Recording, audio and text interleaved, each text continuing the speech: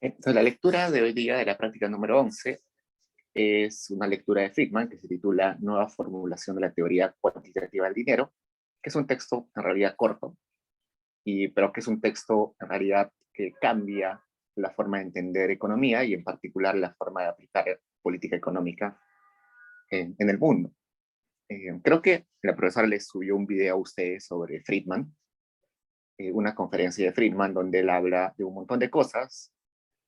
Un segmento del video habla sobre la Gran Depresión, creo que la profesora les recomendó ver esa parte del video, y básicamente lo que comenta ahí es quizás lo fundamental de su teoría, en realidad, lo que genera gran revuelo en su época, porque si ustedes han escuchado ahí, dice que la Gran Depresión no fue culpa de las empresas, no fue culpa de que las empresas hayan especulado, hayan, no sé, hecho negocios, hayan tenido este afán egoísta de acumular capital o este afán de, de ganar, de sacar mayor beneficio, ¿no?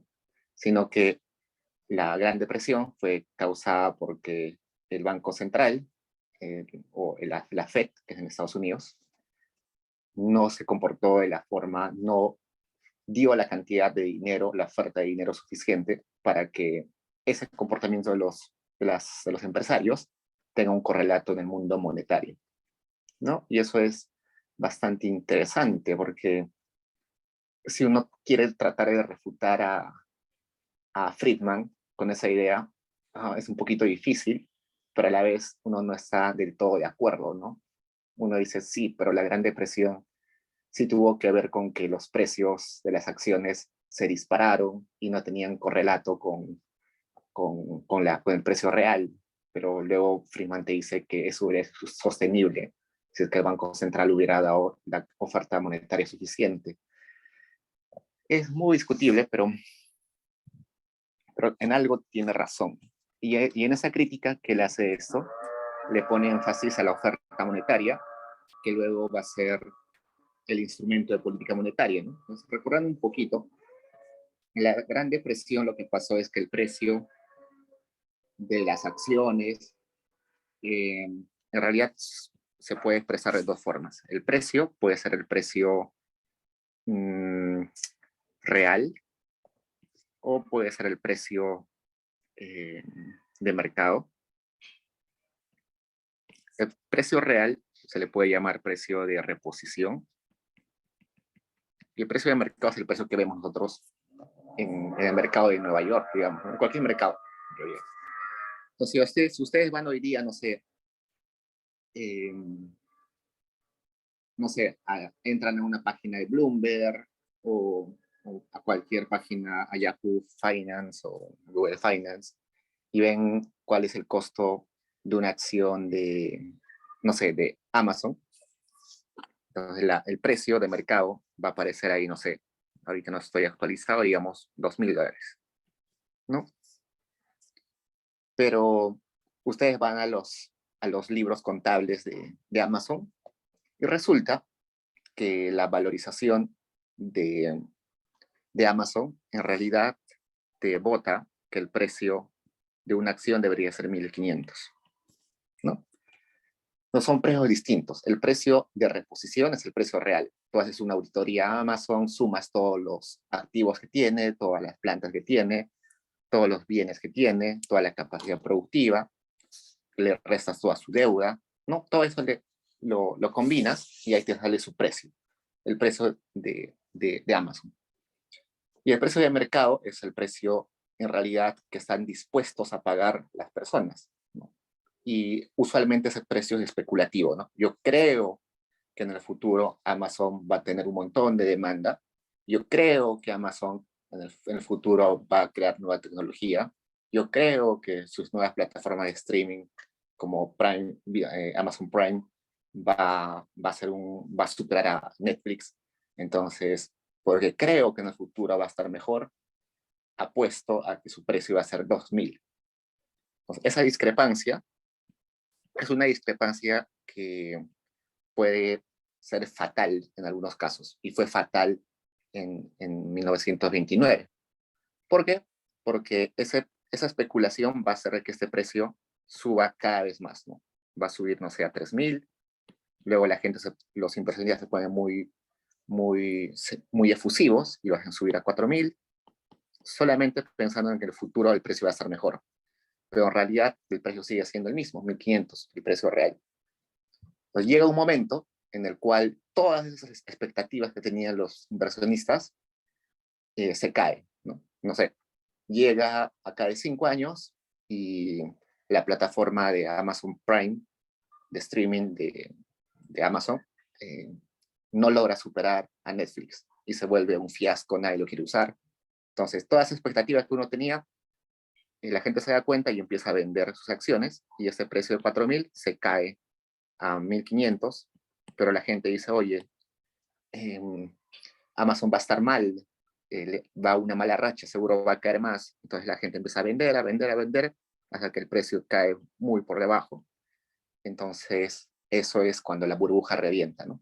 La gente se da cuenta que su especulación no tenía, no tenía sustento real. Y eso es lo que ocasiona lo que ha ocasionado en realidad la mayor cantidad de crisis en los últimos tiempos. Según Friedman, esa situación de especulación hubiera sido sostenible si es que el Banco Central hubiera dado dinero, ¿no? ¿Por qué? Porque cuando hubo esta caída de precios, lo que pasó básicamente es que la gente asustada iba a los bancos porque tenía miedo de que el banco quebrara y sacaba su plata, ¿no? Entonces decía, yo tengo mis ahorros del banco de 5.000 soles, me los llevo a mi casa porque si el banco quiebra nadie me lo repone, ¿no? Y luego toda la gente hace eso, los bancos se quedan sin dinero porque los bancos no tienen su plata ahí, sino lo tienen prestado o en activos financieros. Y como el banco no tiene plata, entonces dice, oigan, perdón, no les puedo dar su dinero. Eso peor hace que su precio en la bolsa caiga de los bancos y finalmente quiebran, ¿no? Quiebran los bancos porque no pueden eh, honrar sus obligaciones de corto plazo. Y eso es un círculo vicioso que al final cae en una recesión gigante, como la Gran Depresión. Sin embargo, Friedman dice que si el Banco Central hubiera ofertado dinero, hubiera inyectado dinero a la economía, los bancos hubieran tenido la posibilidad de devolverle su dinero a los depositantes y no hubiera pasado nada. La economía hubiera tenido un pequeño choque, nada más, se hubiera recuperado el toque. Y esto tiene que ver con lo que seguro han escuchado ustedes alguna vez, que se llama la neutralidad del dinero, o lo que otros también le pueden llamar el velo del dinero, o el velo monetario. Hasta antes de Friedman, de Keynes, todos pensábamos, todos los economistas pensábamos de que el dinero era simplemente una forma, el medio de hacer transacciones. Entonces, ustedes estudiaban economía en 1900 y en su examen venía cuáles son las funciones del dinero. Y ustedes respondían, las funciones del dinero son transaccional, reserva de valor y contable. Y les ponían 20. Genial, ¿no? Pero si hoy día ustedes hacen un examen y les preguntan cuáles son las funciones del dinero, seguro que les va a poner que también las funciones del dinero son especulativas y también, de alguna forma, también son un instrumento de política. Estas dos últimas no eran claras o no, nadie conocía esas funciones del dinero. Nosotros pensábamos que el dinero simplemente servía para cambiar cosas, ¿no? Ir al mercado y adquirir cosas. Si uno no quería consumir hoy, simplemente guardaba su billete, entonces era reserva de valor. No quiero gastarlo hoy día, entonces, en lugar de guardarme, no sé, mi pan con pollo en mi refrigerador, mejor no compro el pan con pollo, o vendo mi pan con pollo, y el valor de ese de pan con pollo está en un billete, y luego recién cuando tengo ganas de comprar el pan con pollo, lo gasto, ¿no? La reserva de valor. Y el otro que tiene la función contable, que simplemente es agarrar tu dinero para hacer cuentas, ¿no? Para saber si está saliéndote bien o mal. Simplemente para ver cuáles son tus pasivos, comparar tus pasivos con tus activos. Pero esta función especulativa, que en realidad es hoy en día lo que mueve el dinero en mayor proporción, no la teníamos bien mapeada, y este instrumento de política no la tenemos bien mapeada. Entonces, como el dinero en sí no tenía un valor, no tenía un valor en el mercado, entonces que haya inflación no era un problema, ¿no? Porque en realidad estas dos últimas funciones es lo que al final determina que en el mercado que se cree un mercado de dinero. Sin esas dos funciones que están en rojo, no hay mercado de dinero. ¿Para qué quieres oferta y demanda de dinero? O sea, simplemente el dinero está ahí, ¿no? Para hacer transacciones. Pero si tú quieres especular, entonces vas a apostarle al dinero, ¿no? El dinero en el futuro va a costar más, va a costar menos. Y eso es un mercado, ¿no? Apostar al valor de las cosas. Entonces, como antes no había este mercado del dinero, la gente decía, ya, no importa el dinero. El dinero, si hay, no sé, 20 millones de billetes y para mañana hay 40 millones de billetes, eso no va a afectar el bienestar de la gente, ¿no? Porque igual los precios se van a regularizar, ¿no? Sin embargo, desde Friedman, esa neutralidad del dinero ya no sirve, ni este velo del dinero, ¿no?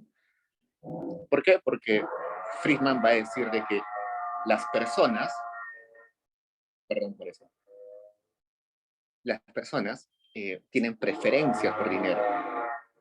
El dinero nos da utilidad. El dinero no solamente sirve para hacer transacciones o guardar valor o ser un instrumento de contable, sino que solo el hecho de yo tener dinero en mi bolsillo me da utilidad. ¿No? Ustedes, no sé, piensen en esto. ¿Prefieren ustedes en la mañana salir a, a la calle con 0 soles en el bolsillo, o prefieren salir con 10 soles en el bolsillo? Imaginemos que no tienen nada, o sea, no van a gastar nada en la calle, solamente van a ir a dar un paseo, no van a comprar nada en el camino, no van a gastar pasajes. Pero ustedes siempre van a preferir tener 10 soles en el bolsillo a no tenerlos. ¿Por qué? Porque ustedes tienen preferencias por dinero, porque saben que tener dinero en el bolsillo les da la tranquilidad de que ante un evento espontáneo, no esperado, puedan tener la capacidad de gastar, ¿no?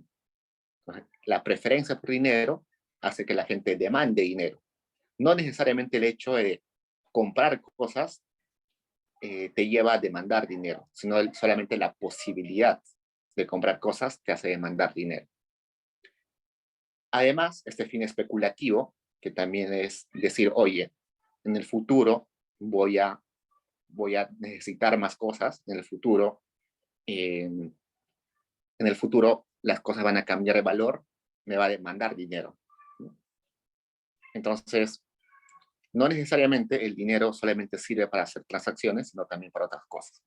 Y eso está comprobadísimo porque, evidentemente, si ustedes... ¿qué pasa cuando hay inflación? Cuando hay inflación es un problema monetario, ¿no? Antes de Friedman decían que la inflación no era un problema monetario. ¿Por qué? Porque había inflación, subían los precios, pero la economía solita se equilibraba, laissez-faire, laissez-passer, ¿no? Hay que dejar hacer, dejar pasar. Y la inflación al final no afectaba al mercado real, ¿no? Eso es lo que decían antes de Friedman. ¿Hay inflación? Sí, pero el mercado solito se va a regularizar, no hay un contagio del mercado real. Por eso decían que la inflación era un fenómeno solamente monetario, no era un fenómeno que afectaba a otros mercados. Pero hoy sabemos que si hay inflación, eso afecta al mercado real, ¿no? Si hay inflación, la gente dice, oye, en el futuro los precios van a ser más altos. Mejor prevengo y compro desde hoy, ¿no? Y entonces la gente va a comprar más hoy, ¿no? Si hay inflación esperada muy alta, no sé, o sea, yo creo que dentro de un año el precio de las cosas se va a duplicar, entonces yo desde hoy empiezo a comprar las cosas que iba a comprar hace un año, ¿no? No sé, si yo creo que las laptops se van a duplicar de precio acá de un año, entonces yo que sé que voy a necesitar una laptop pronto, no espero un año, sino me la compro hoy. Entonces, al comprármela hoy, estoy demandando un bien real. Entonces, la empresa que fabrica laptops va a decir, oye, entonces voy a fabricar más porque mi demanda está creciendo. O sea, hay un contagio, ¿no? La inflación esperada, la inflación contagia eh, el mercado real. Contagia al consumo, a la producción, a la inversión, a todo eso, ¿no?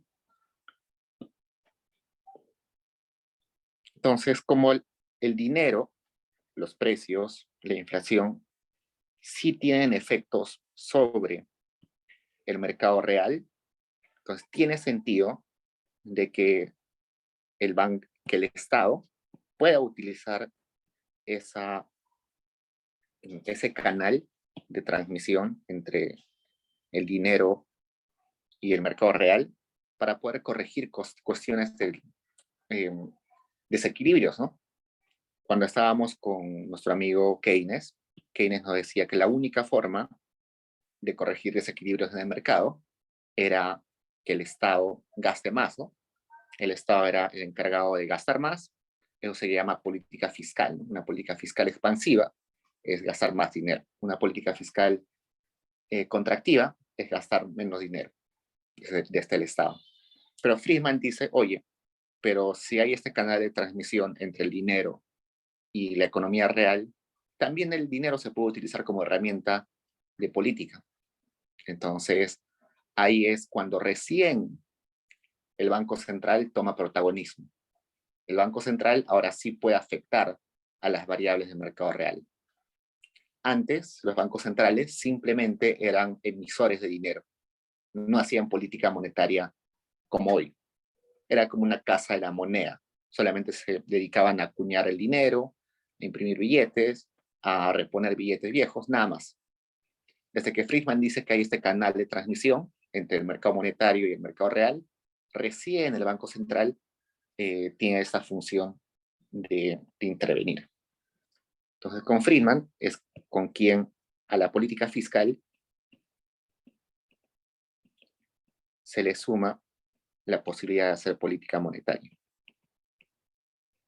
Pero Friedman va a decir de que si yo tengo que elegir entre política fiscal y política monetaria, voy a elegir política monetaria. ¿Por qué? Porque la política fiscal es muy costosa. La política fiscal, primero, necesitas que el gobierno tenga un montón de ahorros para hacer el gasto, ¿no? Y en caso no tenga ahorros, va a tener que endeudarse. Y si se endeuda, eso lo va a tener que pagar en el futuro. Y si lo paga en el futuro, eh, es sinónimo de que van a tener que aumentar impuestos en el futuro, ¿no? Y eso es costoso. Estás sacrificando el largo plazo solamente para salvarte el corto plazo. Por eso dice Friedman, eso es muy costoso, muy difícil de aplicar. Mejor es la política monetaria, que simplemente lo que tiene que hacer el Banco Central eh, es imprimir billetes, ¿no? Si yo quiero poner más dinero en el mercado, imprimo billetes y ya está.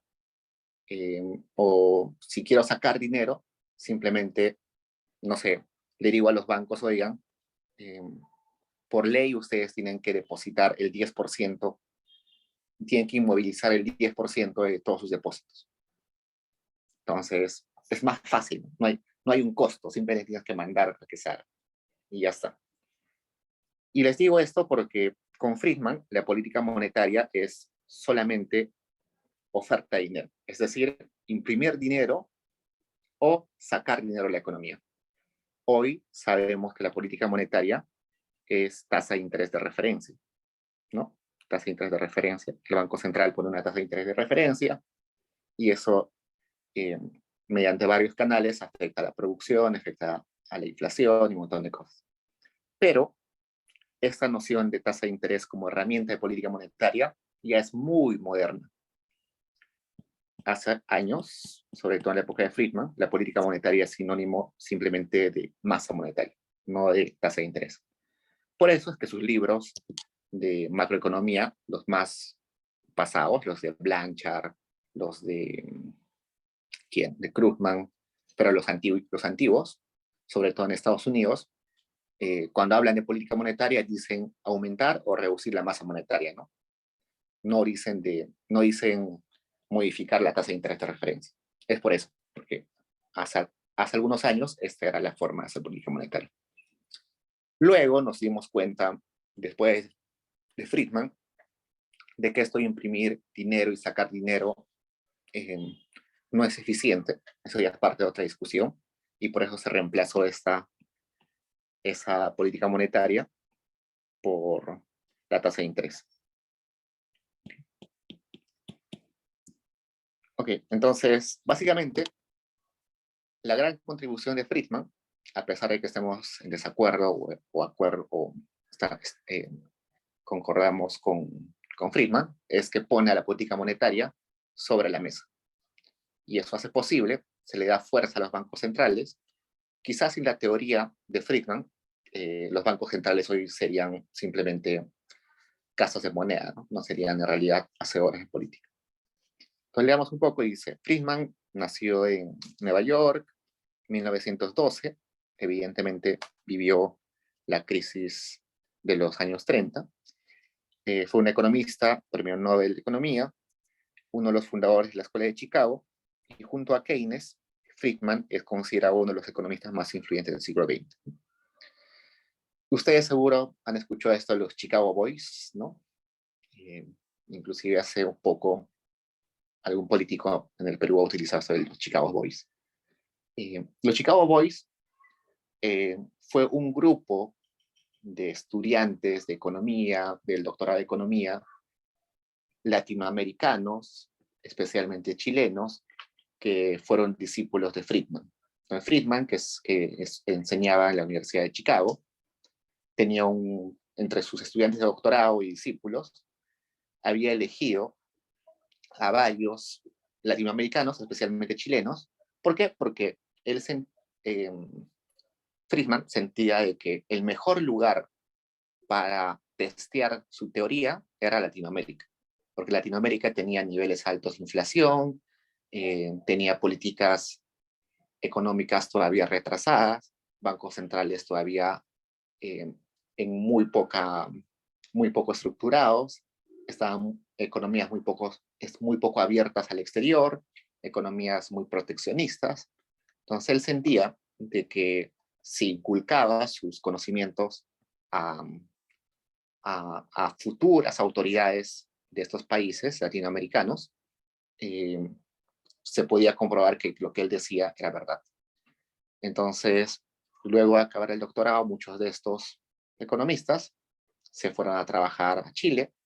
Muchos de ellos terminaron siendo parte del gobierno de Pinochet y de algunos economistas en esa época, de algunos presidentes alrededor, sobre todo después de Pinochet y los posteriores, ¿no? Y ustedes recuerdan que en Chile, antes de Pinochet, estaba Allende que era socialista, que era muy proteccionista,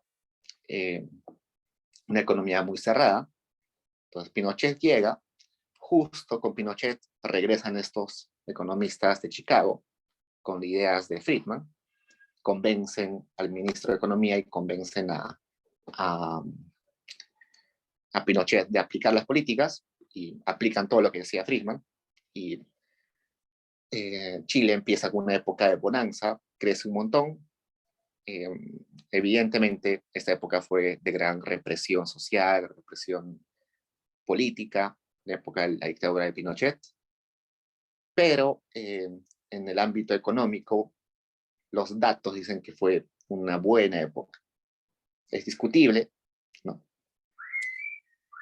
Pero bueno, es lo que dicen los datos, ¿no? Entonces, por eso es que por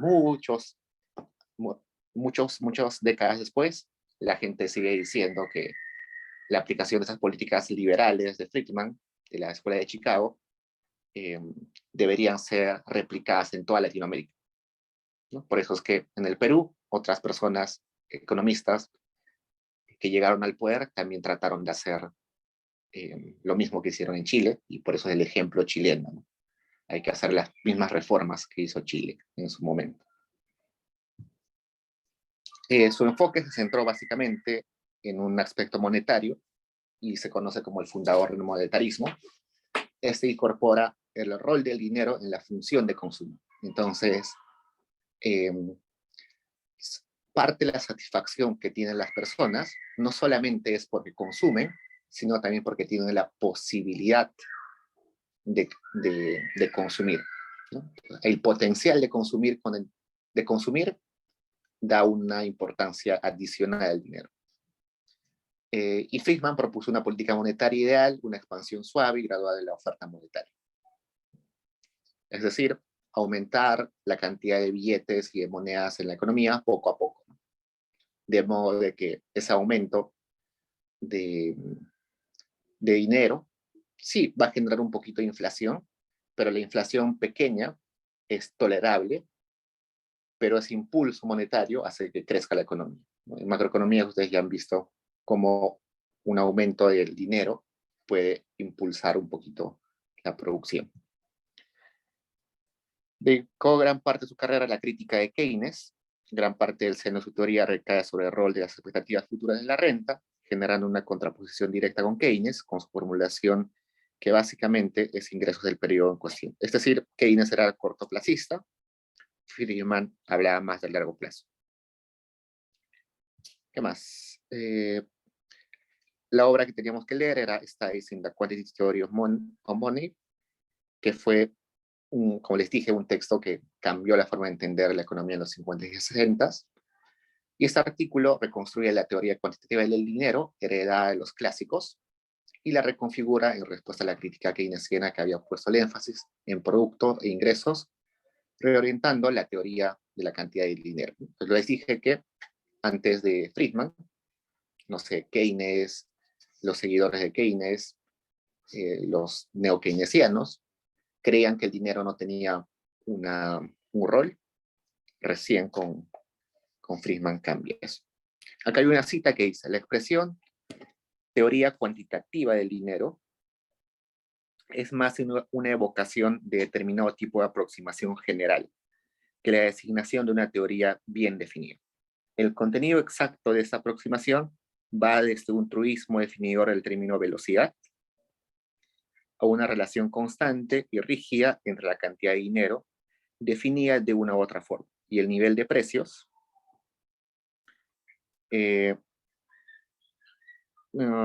definido también de diversas maneras. Cualquiera que sea su sentido preciso, está claro que este tipo de estudios cayó en descrédito después de la crisis de 1929 y la Gran Depresión, y que solo en los últimos años ha sido volviendo a ganar lentamente la respetabilidad de los profesionales. ¿A qué se refiere Friedman con velocidad del dinero? Velocidad del dinero se refiere básicamente a cuántas veces un billete da vueltas en la economía en un periodo determinado, ¿no? Ustedes agarran un billete y se preguntan, en el último año, este billete, ¿cuántas veces ha cambiado de mano? ¿No? En una economía seguro boyante, en expansión, un billete ha cambiado de manos miles de veces, ¿no? Pero una economía en recesión, seguro ese billete ha estado estancado, no ha habido transacciones para ese billete. Entonces nos dice que esa velocidad del dinero se relaciona de alguna forma con los precios, ¿no? ¿Y qué son los precios? Es el valor que le dan las personas y las empresas a los bienes. Y los precios cambian. Ese cambio en precios se llama inflación, ¿no? Si la inflación es cero, estamos diciendo que los precios no cambian en el tiempo. Si la inflación es positiva, decimos que los precios están subiendo cada vez más Si la inflación es negativa, o que es deflación, decimos que los precios están cayendo. ¿Qué es recomendable para una economía? Que la inflación sea alta, o sea cero, o sea negativa. Ustedes dirán, que sea cero, ¿no? Que los precios no cambien. Pero resulta que en realidad casi ningún economista está de acuerdo en que la inflación debe ser cero. El consenso de Friedman es que la inflación tiene que ser pequeña y predecible. Y positiva.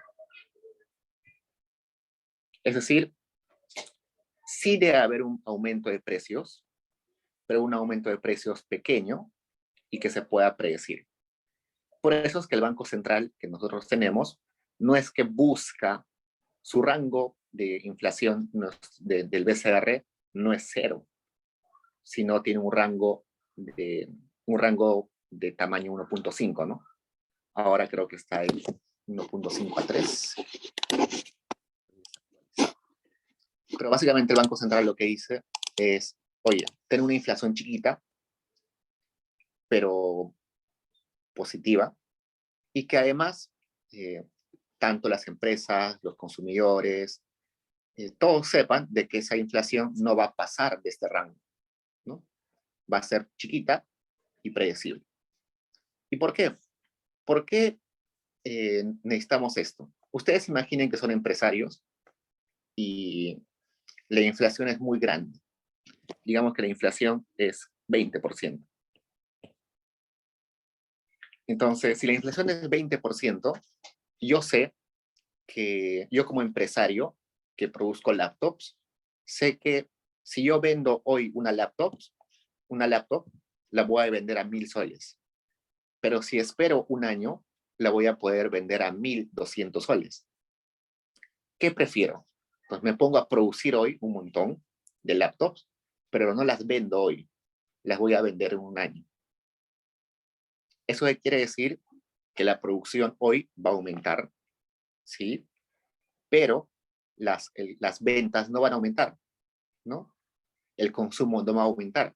Eso genera desequilibrios. Entonces, inflaciones altas no son recomendables por eso, porque se genera una sobreproducción, pero no hay un impacto en el consumo. O hay otras empresas que dicen, oye, mira, entonces, si el precio va a ser mayor en el futuro, simplemente hoy no produzco nada, ¿no? Y espero a cada un año a producir y recién lo vendo a cada un año. Entonces, hoy en día la producción cae totalmente, el consumo cae totalmente, no hay consumo, no hay producción, y las empresas esperan a producir en un año. Y eso te mata el corto plazo, ¿no? La economía de corto plazo se va al tacho y caes en una recesión. Una recesión quizás pequeña, pero una recesión. ¿Qué pasa si la inflación es negativa? Menos 20%.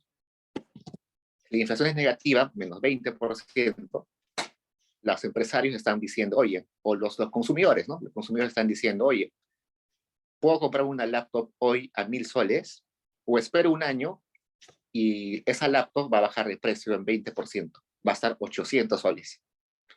Si yo soy un consumidor racional, voy a decir, oye, no, pues mejor espero acá un año, ¿no? Entonces no hay consumo en el presente. La gente va a decir, no, no voy a consumir hoy, voy a consumir en el futuro. Entonces eso también te genera otra recesión. Entonces la idea es que la inflación sea chiquita para que los empresarios digan, oye, sí, mira, si produzco ahora, hoy, el precio va a subir un poquito mañana, entonces voy a tener ese margen de ganancia pequeño, pero no exorbitante, ¿no? Entonces, y además si es predecible, entonces yo sé exactamente cuánto va a ser el precio. ¿Qué pasaba en los años 80, 85, 86, cuando la inflación era no predecible? Uno no sabía si iba a haber inflación de 10% o de 100%, ni de 1.000%. ¿Qué pasaba? No sé, al menos lo que a mí me cuentan mis padres, es de que recibían un pago por su trabajo y tenían que gastarlo todo ese mismo día, ¿no? Entonces, cada fin de mes, todos los centros de abastecimiento de comida se hacía una cola interminable. ¿Por qué? Porque la gente quería gastar ese mismo día su dinero. Si esperaban un día, podía suceder que el precio cambie totalmente. No había predictibilidad. Eso que ocasiona de que haya un aumento de demanda fuerte esos últimos días del mes donde hay pago de salarios. Y el resto del mes nadie quiere comprar, ¿no? Todos ya se gastaron todo su dinero. Entonces eso genera que haya caídas de consumo, aumentos de consumo, pero bruscos, que no es recomendable en una economía, y además genera especulación. No sé, yo recuerdo que uno de los vecinos de mi familia en esa época, se hizo millonario. ¿Por qué? Porque lo que hacía era, especulaba con la inflación, ¿no? Decía, oye, mira, este fin de semana voy a comprar, no sé, 500 cajas de cerveza, pero apostando a que esa caja de cerveza el precio se va a triplicar acá de 2 semanas. Entonces, compraba y luego las vendía a un precio mucho más alto, ¿no? Entonces ganaba un montón de dinero. O también personas que decían, oye, yo saco un crédito del banco, ese crédito del banco lo utilizo para comprar una casa, pero resulta de que cuando tenga que pagar ese crédito, la inflación va a ser exorbitante. Entonces, si mi cuota mensual para pagar esa casa era $1,000 o 1,000 soles, digamos, con la inflación en realidad los 1,000 soles, que equivalían, no sé, a 1,000 panes, ahora equivalen a 200 panes, ¿no? Entonces, eso hubo un montón en los 80. Gente que tenía un montón de capacidad de sacar crédito, sacaba crédito, compraba cosas como casas, terrenos, edificios, no sé, y al final al banco le devolvía simplemente una fracción chiquita, porque la inflación hacía de que los pagos futuros de su cuota terminen siendo insignificantes. Entonces, literalmente su casa le salía gratis. Evidentemente luego los bancos se dieron cuenta, reestructuraron su forma de dar créditos, indexaron sus cuotas a la inflación, pero mucha gente se hizo millonaria con eso. Y si se dan cuenta, ¿quién podía sacar un crédito en ese momento? Solamente la gente que tenía un montón de dinero, ¿no? Y ahí, bueno, se exacerbó la desigualdad, ¿no? Los que podían aprovechar y especular sobre esa inflación no predecible eran exactamente los que tenían más dinero, se hacían cada vez más ricos. Y los que no tenían dinero no podían especular porque no tenían capital, entonces se hacían más pobres. Entonces, esta relación entre cuán rápido va la economía eh, está relacionada con los precios, ¿no? Viéndolo de este otro enfoque, si a una economía le está yendo bien, es porque hay un montón de producción, hay un montón de demanda, ¿no? ¿Y eso qué hace? Que haya mayor demanda de dinero, ¿no? Hay un montón de demanda de dinero, como hay un montón de transacciones, la gente necesita más billetes para hacer las transacciones, aumenta la cantidad de dinero, pero resulta que como la oferta de dinero es constante, la oferta de dinero la da el Banco Central, la demanda de dinero va a ser mayor a la oferta de dinero. ¿Y eso qué ocasiona? Puede ocasionar dos cosas, ¿no?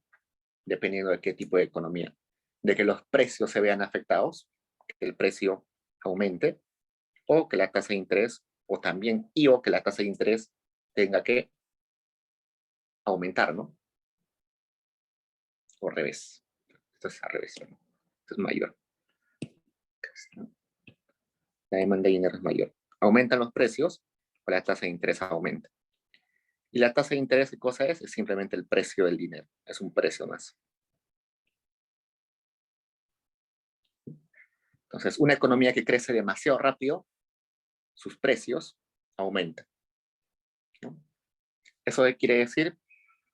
Un aumento de la producción, simplemente que la velocidad del dinero es más rápida, ¿no?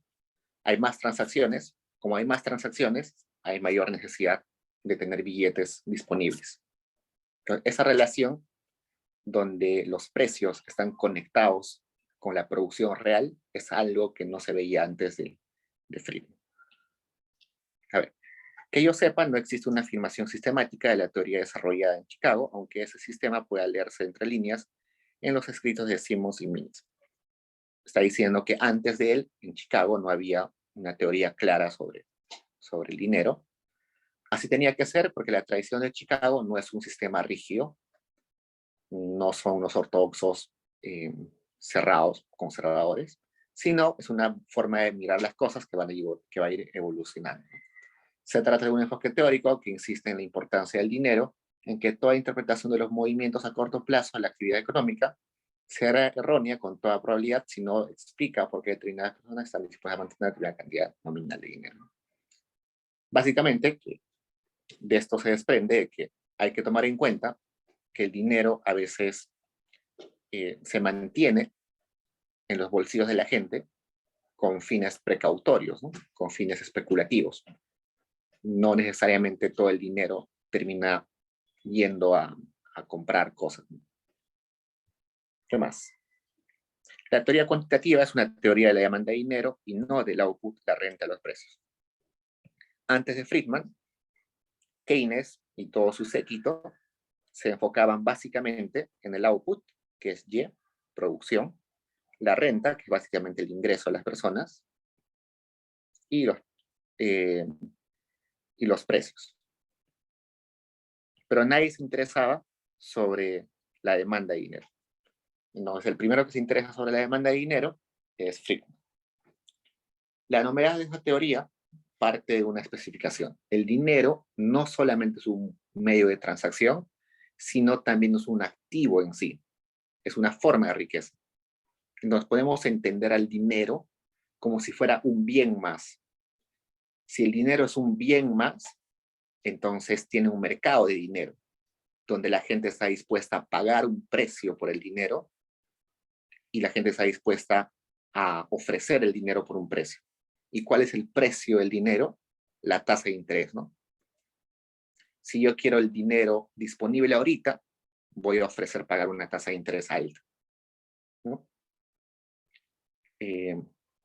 Si hay muy poco dinero en la economía, yo voy a estar dispuesto a pagar una tasa de interés alta. Entonces, a eso se está refiriendo, que el dinero también se puede entender como un bien. Por eso que acá atrás les decía que la tasa de interés también es un precio, ¿no? Entonces, el dinero va a implicar una forma no solamente de acceder a bienes, sino va a ser un tipo de riqueza, ¿no? Un rol activo, bueno, eso ya lo digamos. Entonces, ¿de qué depende la demanda de dinero para Friedman? Primero depende de la riqueza total que tiene que ser distribuida en una sociedad. Si hay un montón de bienes para vender en una economía, es porque esa economía es muy rica, ¿no? Hay mucho stock de bienes. Eso es que hay un montón de riqueza, ¿no? Ustedes imaginen un mercado de casas donde hay un montón de casas para vender y todas las casas son de lujo. Eso es sinónimo de riqueza total, ¿no? Una riqueza muy grande. Entonces, si la gente quiere, si hay un mercado de esas casas lujosas en todo el país, entonces requiere un montón de billetes para que la gente pueda comprar y vender sus casas, ¿no? Ustedes imagínense en los años 50, donde muy poca gente tenía acceso a las tierras, muy poca gente tenía acceso a las casas, ¿no? La mayoría de peruanos no tenía casas, no tenía tierras, simplemente trabajaba o vivía de su trabajo, ¿no? Las tierras y casas estaban como acumuladas en muy pocas manos, había un oligopolio o un mercado chiquito de tierras y de casas. Entonces, si no hay qué cosa intercambiar, si no hay riqueza en casas, en tierra, no necesito dinero para hacer transacciones, ¿no? Entonces, a eso se refiere. ¿Qué más? El rendimiento, la demanda de dinero depende del rendimiento de las distintas formas de riqueza. Entonces, Si, por ejemplo, una casa tiene un retorno, un rendimiento alto, evidentemente va a haber más gente dispuesta a querer comprar casas. Si una empresa que está, una tienda de mi barrio tiene, yo espero que su retorno sea alto porque es muy productiva, seguro tiene un montón de clientes, entonces seguro que yo voy a querer dinero para poder comprar esa casa. Entonces demando dinero para adquirir ese tipo de riqueza. Y las preferencias del consumidor, que básicamente se refiere a que necesito que el dinero en sí me trae satisfacción. No, o sea, ya antes de Friedman sabíamos de que los bienes a los cuales accedo gracias al dinero me dan satisfacción, ¿no? Sí, o sea, compro un plato de comida con mi dinero y me trae satisfacción.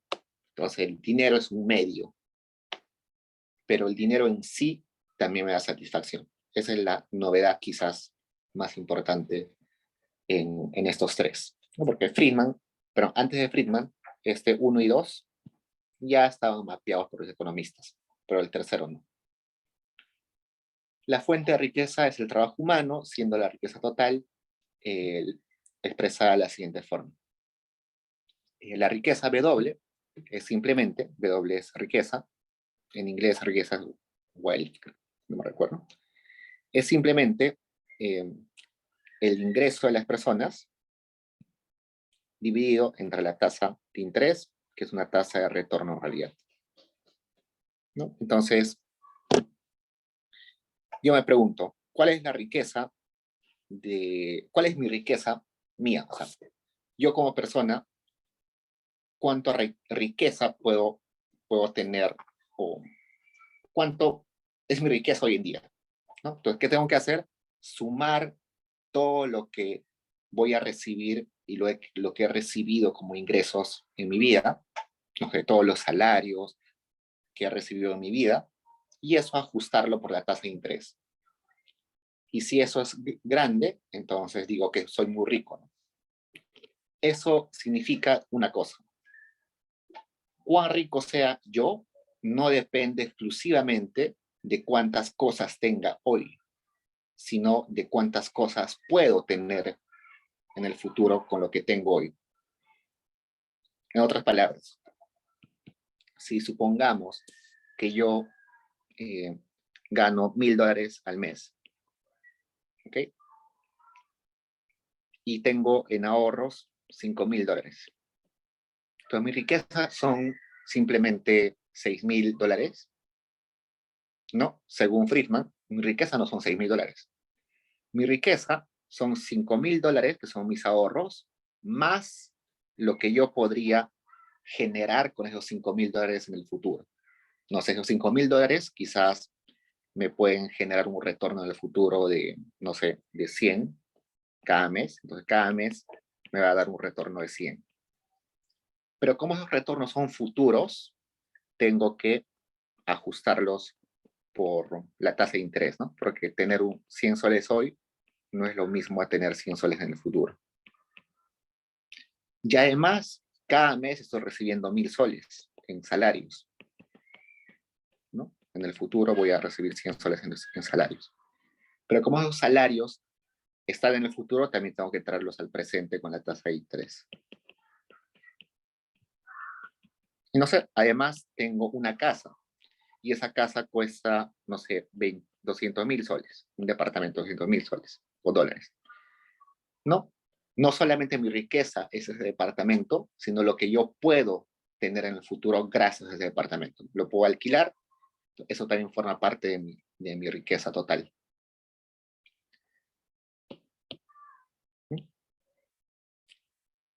Por eso acá nos dice que es el flujo de la renta y la tasa de interés. El flujo es el constante devenir de una variable, ¿no? No, si nos diría acá, no es un flujo, sino es no, se me fue la palabra. El antónimo de flujo es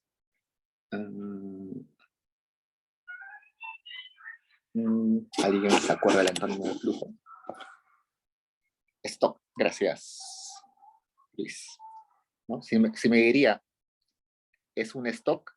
Entonces yo diría, sí, mi riqueza solamente es el sueldo que he recibido por este mes con los 5.000 de mi ahorro y lo que cuesta mi departamento. Eso es mi stock, ¿no? Pero Friedman nos está diciendo que no, que es eso y además todo lo que podría producir con lo que tengo. Entonces, el dinero, o perdón, la riqueza, esta riqueza que tengo, ¿en qué se puede representar? ¿Qué formas puede tomar? Y me está diciendo que la riqueza se puede tomar estas formas. Dinero, ¿no? Yo agarro, no sé, yo usualmente guardo en mi mochila 50, 100 soles por si hay alguna emergencia, está en mi mochila ahí, ¿no? Ese dinero es parte de mi riqueza. Mi riqueza también la puedo poner en bonos u obligaciones, ¿no? Puedo comprar un bono del Estado o un bono de una empresa, simplemente para decir, oye, mira, eh, tengo estos $1.000, no sé qué hacer con ellos, tenerlos en mi mochila es por las puras, porque nunca voy a necesitar ese dinero, aunque me pase un accidente, igual ya tengo un seguro, no sé, nunca voy a necesitar esa plata, entonces compro un bono. Y ese bono me va a pagar seguro unas cuotas en el futuro o una tasa de interés, ¿no? Otra forma de mantener mi riqueza es en acciones, ¿no? Las acciones son renta flexible o renta, bueno, los bonos son renta fija, ¿no? Y se le dice no fija, aunque otros le dicen no flexible, flexible. Básicamente el bono te está diciendo, oye, yo te voy a pagar sí o sí esa tasa de interés en un año o en 5 años, en lo que sea. Las acciones me dicen, te voy a pagar dependiendo de cómo vaya el negocio. Por ejemplo, hay empresas que emiten bonos y acciones a la vez. El bono es simplemente como prestarle a la empresa, ¿no? Entonces te prestas a la empresa y le dices, oye, te estoy prestando $1.000, al final de estos 5 años me vas a pagar $1.200. En el caso de las acciones, no es solamente un préstamo, sino es como si tú fueras parte, dueña, como si fueras dueño de la empresa, ¿no? Entre comillas. No eres dueño, pero tienes derechos sobre los ingresos o sobre las ganancias de las acciones. Yo invierto 1.000 soles, pero si le va mal a la empresa, quizás pierda dinero, ¿no? Pero si le va bien a la empresa, quizás voy a tener una ganancia positiva, ¿no? Dependiendo de cómo le vaya a la empresa. Una forma de apostar al futuro. Por ejemplo, Telefónica en los 90 emitía ambos, bonos y acciones. Las acciones eran usualmente más caras y los bonos eran súper baratos.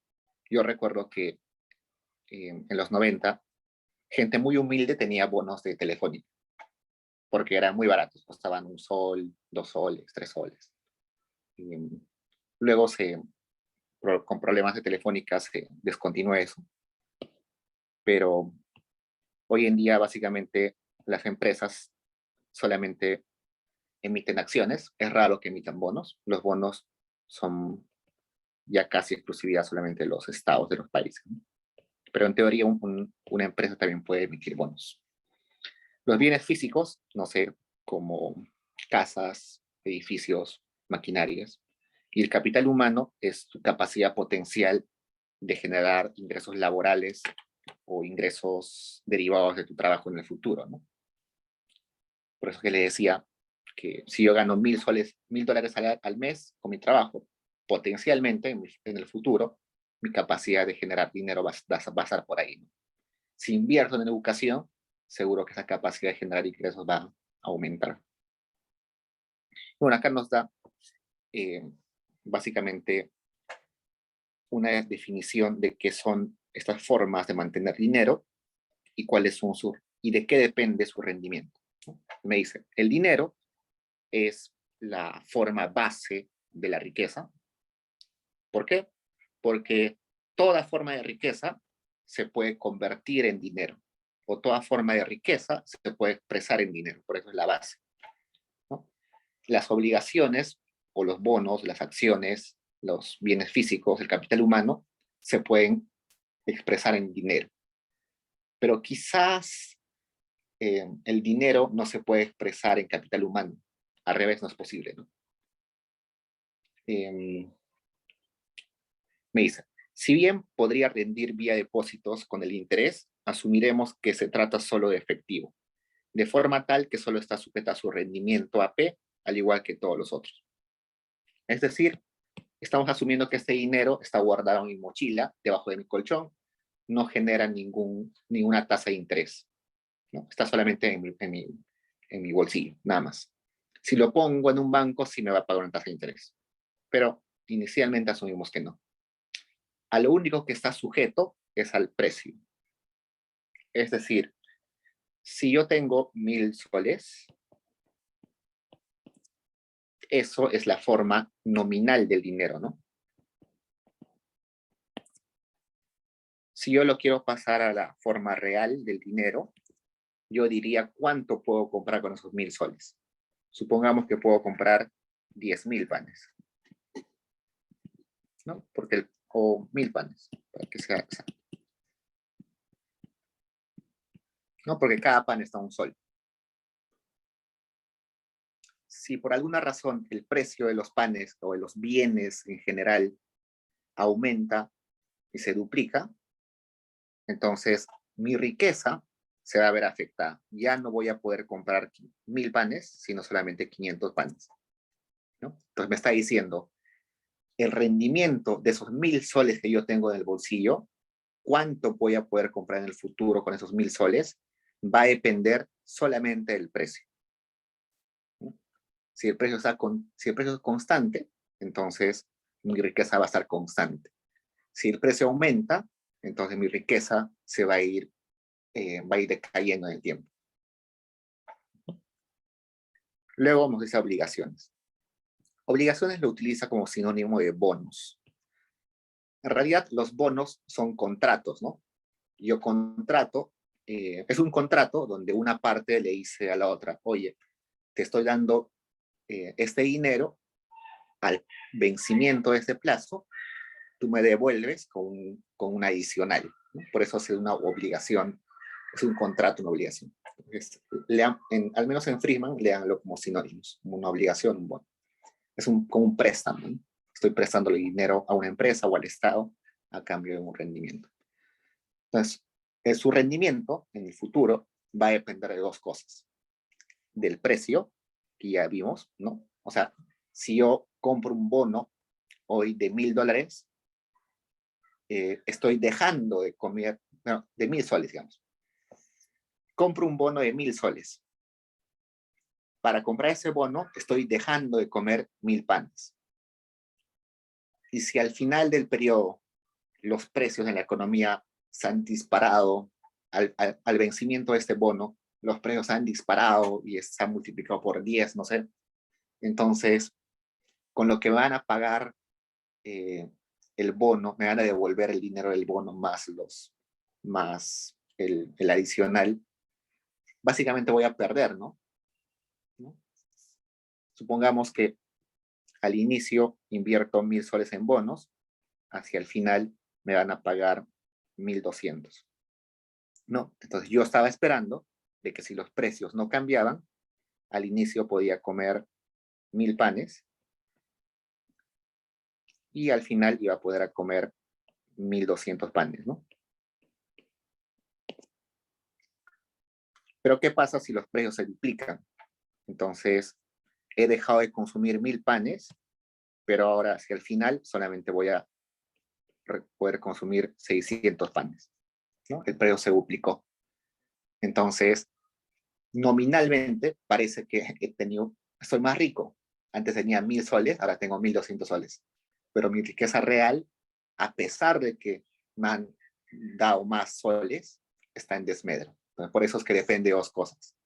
de cuánto me ofrezcan pagarme adicional, que es la tasa de interés, y además el precio.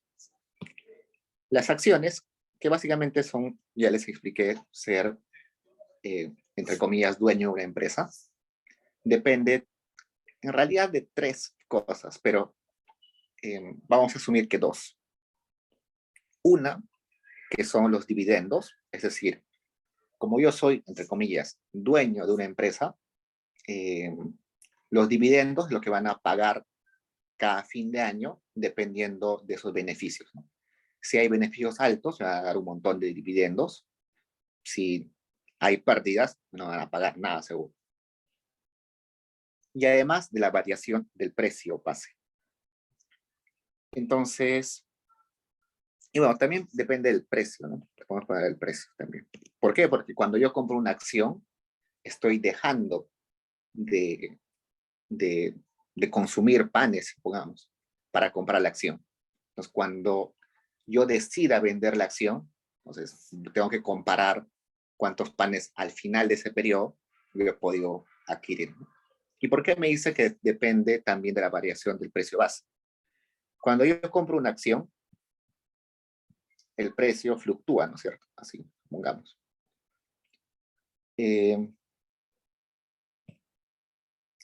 Yo puedo hacer una cosa, ¿no? Este es el precio de la acción, este es el periodo de tiempo. Y yo puedo hacer simplemente lo que hace, por ejemplo, la gente mayor usualmente, es comprar una acción y cada fin de mes o fin de año recibe sus dividendos y vive sus dividendos. Entonces, fin de mes, fin de año, entonces periodo 1, periodo 2, periodo 3. Periodo, al final del periodo, si hay ganancias, les van a dar sus dividendos, ¿no? Lo que les corresponde por ser dueños de la empresa. Pero también hay otra forma de ganar dinero, que es comprando y vendiendo esa acción. No sé, yo, usualmente la gente joven hace esto, ¿no? Veo que el precio está muy alto, entonces vendo mi acción. Y cuando el precio está muy bajo, lo recompro, ¿no? Eso se llama eh, eh, una operación en largo. Lo compro cuando está, perdón, lo vendo cuando está en un precio alto y compro cuando está en el precio alto, o al revés también, ¿no? Compro cuando está en el precio bajo y vendo cuando está en precio alto, ¿no? Es una operación en largo. También existen las operaciones en corto, que es lo opuesto, ¿no? Vamos a poner eso. Una operación en largo es comprar cuando el precio está bajo y vender cuando el precio está alto. Y una operación en corto es al revés. Compro cuando el precio es, perdón, vendo cuando el precio es alto y compro cuando el precio es bajo. Solamente el orden. Entonces, esas variaciones del precio me permiten a mí desprenderme temporalmente de la acción y ganar esa diferencia, ¿no? Entonces, por eso, variación del precio puede generarme un retorno. Lo que van a pagar al final del mes también es eh, es una parte del ingreso y también el precio, ¿no? Esto de operaciones en corto es interesante. Alguno lo puede averiguar. Al menos en países como el Perú, Colombia, está prohibido hacer operaciones en corto, pero en países más desarrollados como Estados Unidos, la gente hace operaciones en corto todo el tiempo. Son más riesgosas, pero es interesante. En el Perú está prohibido hacer operaciones en corto. Si ustedes van a la bolsa de valores, no pueden hacer operaciones en corto. ¿Por qué? Porque básicamente una operación en largo es apostar a que la empresa le vaya bien, ¿no?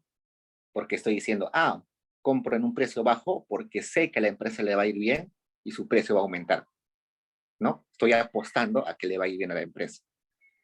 Pero operación en corto es apostar al opuesto, ¿no?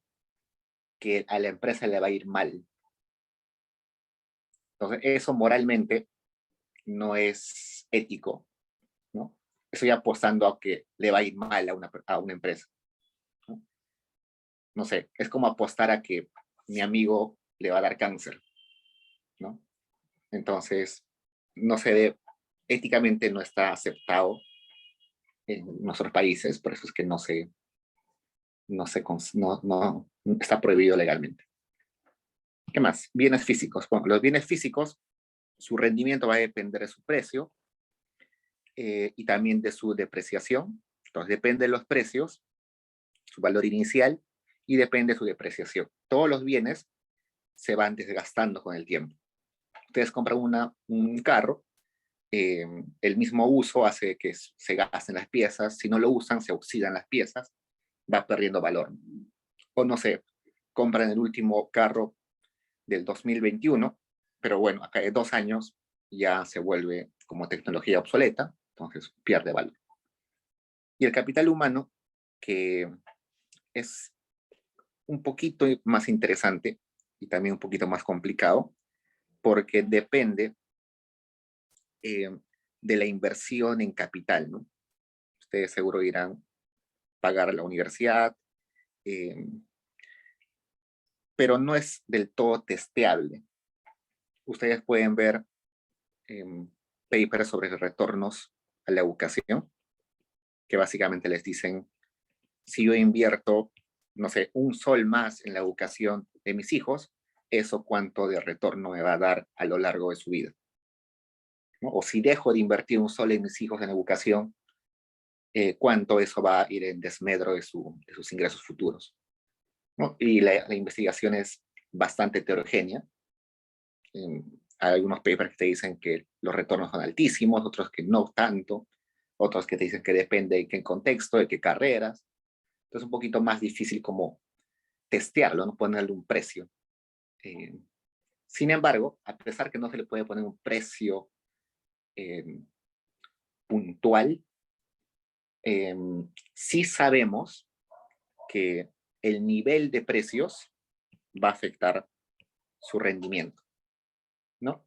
El nivel de precios sí va a afectar su precio, ¿no? Ustedes imagínense, pero el valor del capital va a ser afectado por el precio, ¿no?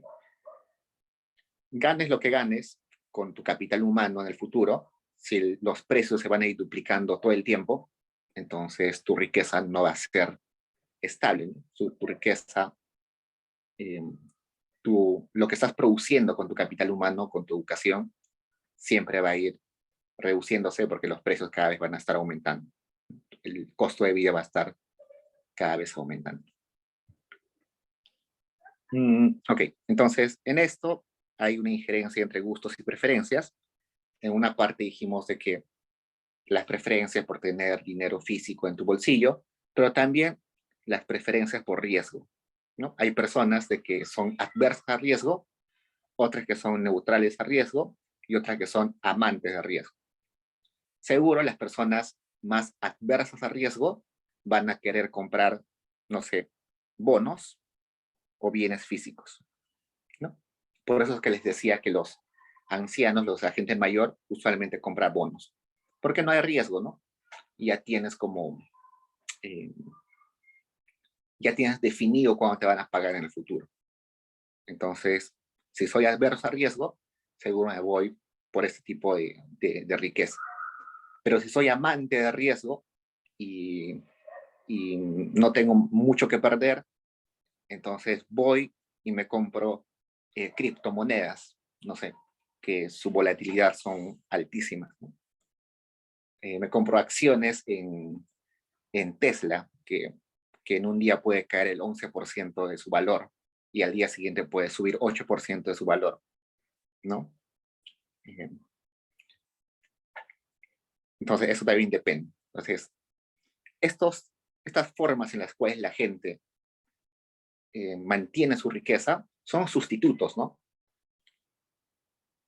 No sé, un padre de familia que ama mucho a sus hijos, entonces va a dejar de comprar casas, va a dejar de tener bonos, va a dejar de tener acciones para invertir toda su riqueza en educación para mejorar el capital humano, ¿no?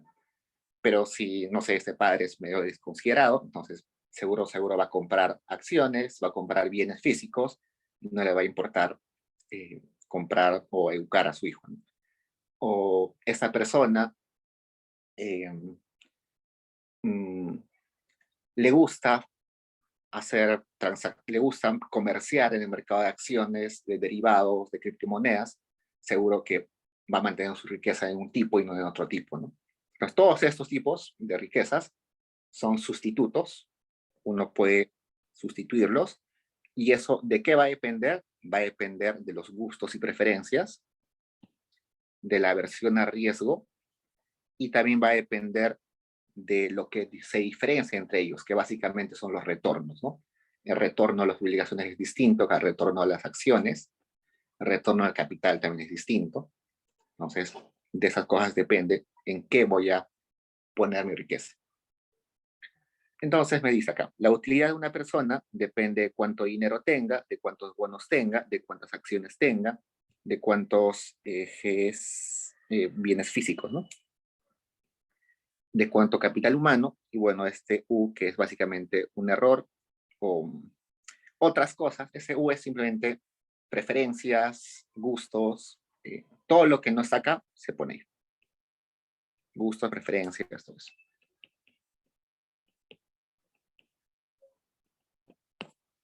Entonces, yo puedo decir lo siguiente, y dada dicha función de utilidad, yo puedo decir lo siguiente. Los rendimientos de cada tipo de activo y como resultado del proceso de maximización de beneficios, se arriba una función de demanda de dinero de la siguiente forma. Entonces, yo maximizo esa utilidad sujeto a que yo tengo una riqueza fija, ¿no?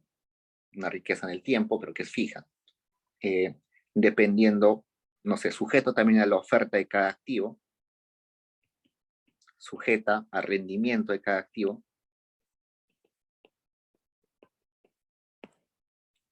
y puedo sujetarlo a un montón de cosas, no sé, al plazo de vencimiento de los activos.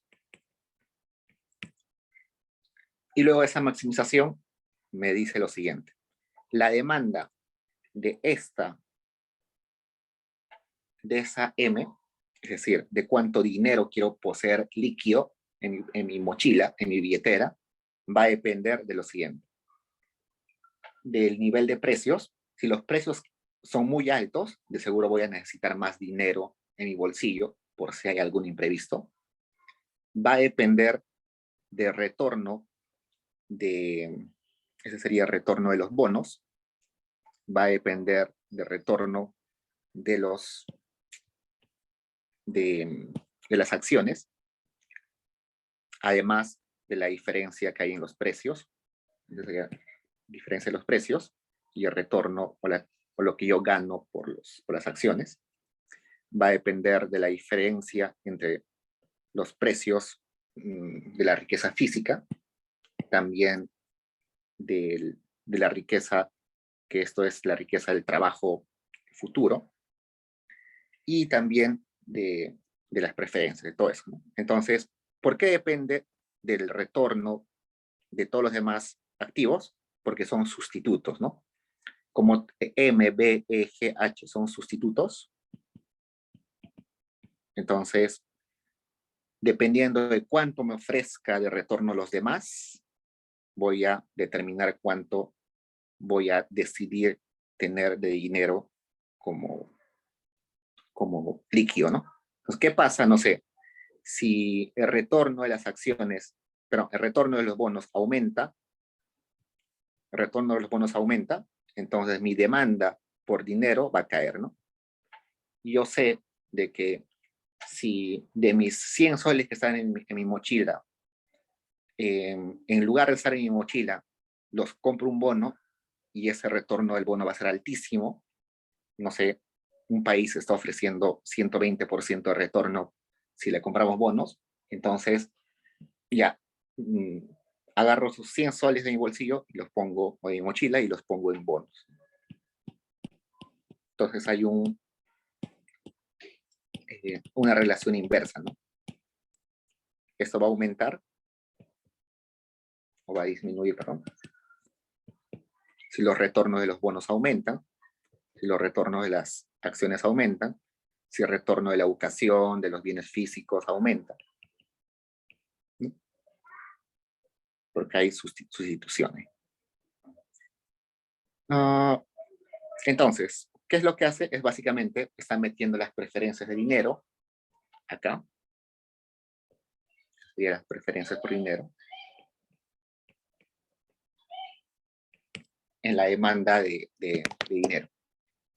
¿No? Entonces, no sé, yo voy a salir más tarde a la calle, no pienso gastar ni un sol, solamente voy a salir a caminar, pero soy muy temeroso de que justos en medio del camino, se me antoje una torta de chocolate, ¿no? Y me va a doler un montón si no me puedo comprar la torta de chocolate, entonces me va a traer un montón de desutilidad. Para prever eso, entonces, si yo tengo esa expectativa de que puede suceder un altercado, una necesidad de un momento a otro, entonces mi demanda de dinero va a aumentar. Cuando yo en teoría monetaria, o sea, llevo teoría monetaria con Zenón Quispe, él es el que hace un modelito muy interesante sobre ese aspecto de la necesidad de tener dinero a la mano. Esto no es muy interesante. Por otro lado, hasta ahora hemos visto solamente demanda de los consumidores, ¿no? Los consumidores tienen riqueza y ya está. Pero también hay demanda de dinero por capital, que esto viene de este lado de los empresarios. Entonces, la demanda de dinero de las empresas es básicamente para invertir, ¿no? Y su demanda va a depender de cuánto le cuesta a las empresas adquirir capital o adquirir dinero para invertir. Entonces, las empresas pueden demandar dinero emitiendo bonos, emitiendo acciones, vendiendo sus activos, ¿no? Por ejemplo, hace algunos años, ustedes conocen esta tienda Maestro, necesitaba capital para comprar nuevas, para hacer un trato con empresas extranjeras. ¿Qué hizo? Vendió un montón de terrenos que tenía, ¿no? Entonces, vendió sus activos. Telefónica, cuando apenas llegó al Perú y necesitaba dinero para crear su red de instalaciones, ¿qué hizo? Emitió bonos, emitió acciones. No sé, Amazon quiere ampliar su capacidad productiva, hace algún tiempo emitió bonos. Entonces, la demanda de dinero también depende de qué retorno estén esperando pagar por los bonos, ¿no? Por las acciones, por vender activos, ¿no? Ustedes piensan en una empresa que necesita apalancarse y tiene que elegir entre estos tres tipos de formas de tomar prestado. ¿De qué va a depender? Leamos un poco ahí, ¿no? Va a depender quizás de la tasa de retorno de los bonos, del costo de pago de dividendos. Si va a vender activos, de seguro tienen que pensar si ese activo en el futuro va a tener precio mayor o menor, ¿no? El precio futuro del activo. Si yo estoy seguro que mi activo el siguiente año, o mis tierras o mis terrenos que voy a vender el siguiente año, se van a duplicar de precios, prefiero no apalancarme de esa forma. Prefiero emitir bonos, emitir acciones. Eso es la demanda de capital, simplemente. Ok. Si bien es cierto, el modelo no está incluyendo bancos, no los incluye. Incluir bancos no va a afectar explícitamente las conclusiones del modelo. ¿Eso qué quiere decir? Acá estamos asumiendo que cuando una persona necesita dinero, o necesita comprar bonos, necesita comprar acciones, o cuando una empresa necesita apalancarse, accede a eso directamente, ¿no? Yo soy una empresa, quiero acceder a préstamos, simplemente voy al mercado de acciones, al mercado de bonos y ya está. Pero resulta que en la vida real no es así, sino que en el medio hay intermediadores. En el mercado de bonos, por ejemplo, el intermediador usualmente es un banco de inversiones. Si quieres emitir acciones, el intermediador va a ser la bolsa de valores o el banco que esté, o la institución financiera que maneje esa bolsa de valores. En el caso de nosotros, si queremos acceder, no sé, a un crédito, son los bancos. Entonces hay un montón de intermediadores. Los intermediadores más conocidos son los bancos comerciales, ¿no? El BCP, el Credicorp, todos ellos. Si yo tengo riqueza en ahorros y no sé en qué ponerlos, lo deposito en el banco y el banco lo presta a una empresa. A mí me va a pagar seguros por el ahorro una tasa ínfima de, no sé, del 2%, y a la empresa le va a pedir una tasa del 10%. Sería interesante de que la empresa de frente me pida los ahorros a mí, ¿no? Como lo hizo Telefónica en su momento, mediante bonos, ¿no? Pero eso es muy difícil, muy arriesgado para las empresas. Entonces, usualmente utilizan intermediadores. Friedman no los pone explícitamente a esos bancos intermediadores, pero se infiere de alguna parte del texto de que si incluyes los intermediadores que son bancos, no va a haber ningún cambio en las conclusiones que tiene. Okay, entonces, esa teoría de Friedman ha sido consistente en el tiempo, desde que la planteó en los 50, 55, lo escribió a finales de los 60, lo perfeccionó a finales de los 60, sigue vigente hasta hoy en día, se siguen aplicando las políticas que él dice. Esto de que las preferencias por dinero tienen implicancias en la demanda de dinero, hasta hoy sirve. Por eso es que la política monetaria es efectiva usualmente, porque simplemente modificando esas preferencias es muy... Ustedes imaginen esto, ¿por qué creen que los bancos les dan tarjetas de débito a ustedes y no les cobran casi nada por tener tarjetas de débito? No estoy hablando de crédito, solamente de débito. Eso, los bancos les dan a ustedes tarjetas de débito básicamente para que ustedes no utilicen dinero líquido, o sea, no utilicen billetes. Porque si ustedes no utilizan billetes, el banco no tiene por qué tener en sus bóvedas dinero. Y si no tiene dinero en sus bóvedas, puede utilizar todo lo que ustedes han depositado para hacer transacciones todo el tiempo. Entonces, que tú no necesites el dinero físico hace de que ellos tengan más flexibilidad para desarrollar o para invertir, para prestar, ¿no? Porque cuando tienes tu dinero en una tarjeta de débito, todas las transacciones que tú haces son virtuales. ¿Y qué significa eso? Que solamente son registros contables, ¿no? Entonces, si yo gasté 100 soles en una cafetería, eso simplemente en la computadora pasa al libro contable de la cafetería, ¿no? Si a mí me pagan en la universidad 100 soles, pasa simplemente el numerito, pasa de la cuenta de la universidad a mi cuenta. Nada más. En realidad no hay dinero que se esté moviendo, dinero físico. Entonces, eso hace de que el banco pueda generar dinero adicional. Eso se le llama la capacidad generadora del banco. Entonces, el Banco Central sabe eso, y como sabe, va a utilizar esa posibilidad de los bancos comerciales de generar dinero virtual para hacer política monetaria.